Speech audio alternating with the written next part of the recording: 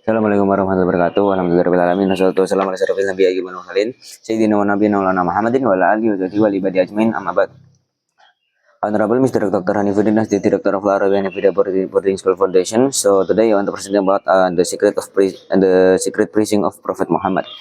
So after receiving the order from Allah through revelation, Prophet Muhammad begin to plan a strategy for spreading Islam among the Quraysh Mecca by precisely as a first step for anticipate the election of the Quraysh like to his family.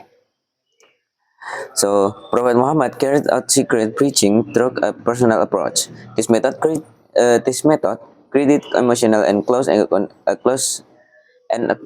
connection between preacher and listener. And also Prophet Muhammad combined effort and trust in Allah in 3 years. And someone who accepted Islam first called as Sabiqun al-Awwalun, mean the first earliest Muslim.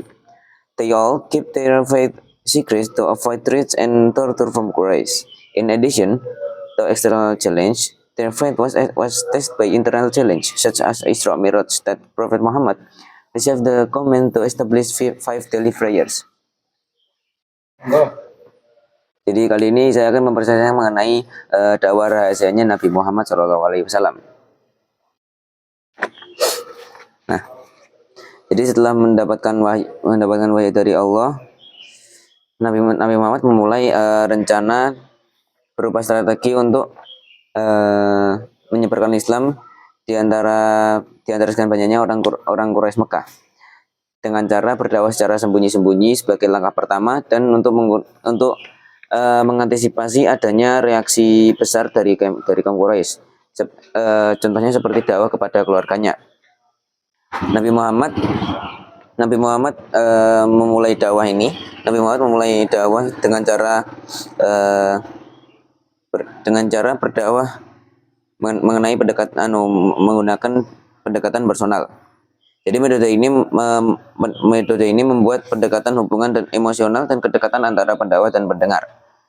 Lalu dan juga Nabi Muhammad mengombinasikan usaha atau ikhtiar dan juga tawakal kepada Allah dalam kurun waktu 3 tahun. Jadi dia dakwahnya itu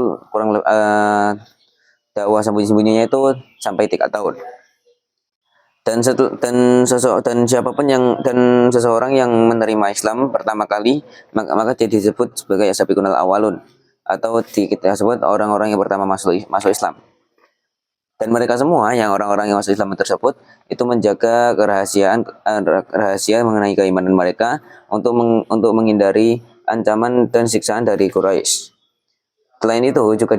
Selain diuji dari luar, keimanan mereka juga diuji dari dalam, seperti adanya Isra Mi'raj, yang mana Nabi Muhammad menerima perintah untuk